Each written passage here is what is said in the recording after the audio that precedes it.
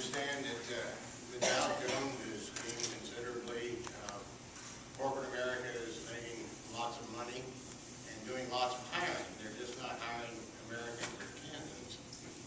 Is it possible that the recession is really over and that we're not fighting the right way, that maybe we have a structural change where cutting out expenditures and cutting out revenue enhancement both are not going to work?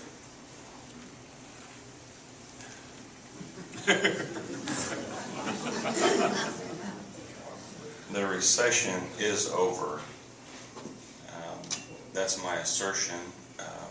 My acknowledgement of error on my part was, you may recall at the Presbyterian Manor, I told you that revenues would be up in February at the state level, and they weren't, and that's problematic.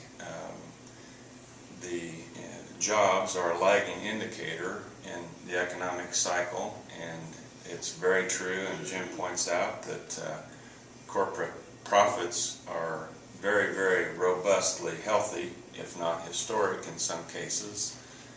And the cycle is, that's what happens first, and then the next thing that happens is that you start seeing some gains in employment. And the last thing that happens is revenues to government entities. And so we're in that cycle, and when it's going to hit, and you know, I would just promise you, I will promise you, take it down, and I promised you last month that revenues would be up in February, so I mean, what kind of credibility do I have? But I will promise you, before the sun sets on 2011, Governor Brownback will be able to say, we are getting a lot of new hiring in Kansas. Kansas is on its way back, and thank you all for being supportive of the economic path that we've laid out, and so it's problematic that this budget cycle is going to be one to endure. We can't spend money that we don't have, and we have more money than we had last year. Revenues are growing, and that should be clear about that, but our obligations are growing through caseloads and other aspects, inflation, that make it really hard for people like Peggy on the Appropriations Committee and people in the Senate Ways and Means to do their work. No, I think you described that very well. You know, government is the last to go into a recession or the last to come out. And I do expect revenue numbers to increase, and I think we'll be much better shape. I'm a little bit concerned.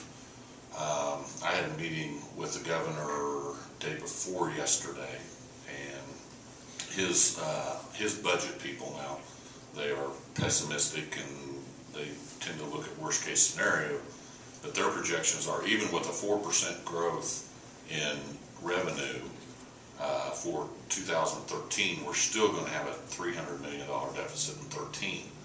So when and how it changes, I think we're all confident it will change, but it's trying to predict when that change will occur and how to endure the storm until we get to that point. So, you know, I would see as the economy improves and as revenues continue to grow, additional spending opportunities, and hopefully we'll get to a position where we can start evaluating programs and deciding whether we can add a new program instead of the fact that we can't add any new programs and all we have to do is cut. And I'm looking forward to that day.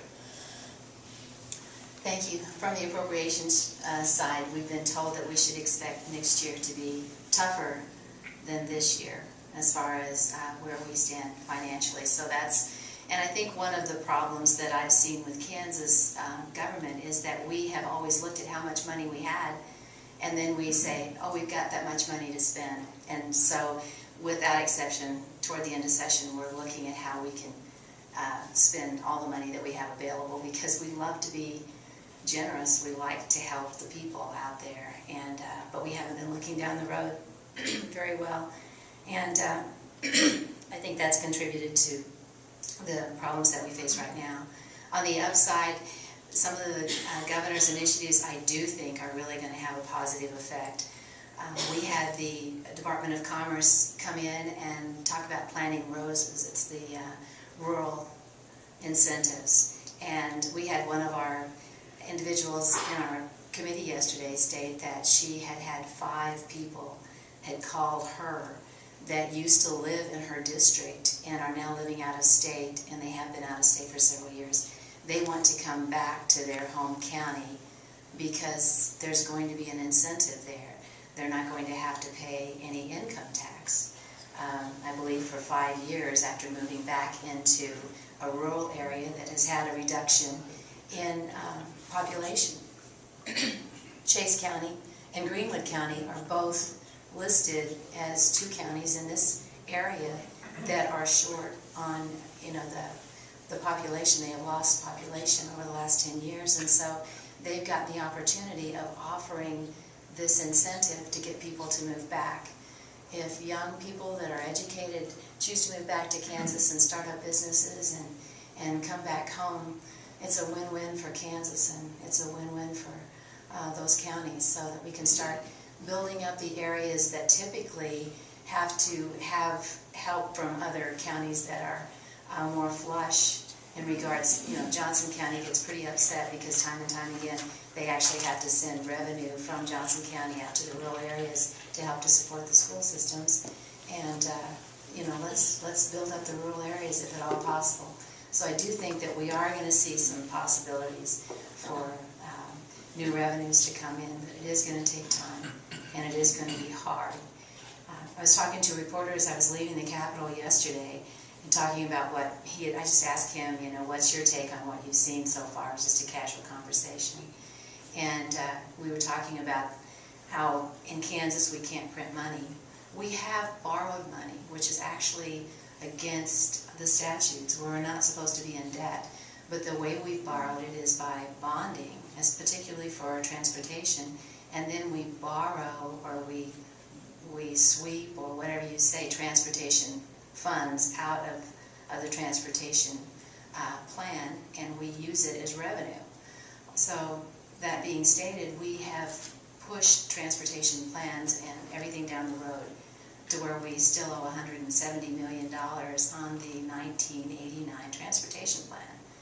It's not the way we should be doing business, and the bonding that we've been doing is actually planning on just paying interest for 25 years, and then after 25 years having an extreme expense for our children or grandchildren to bear when they have about 6 years, I think, to complete paying for the bond. So it's not the way that people do business in the private sector, and we've got to stop doing it in the state as well.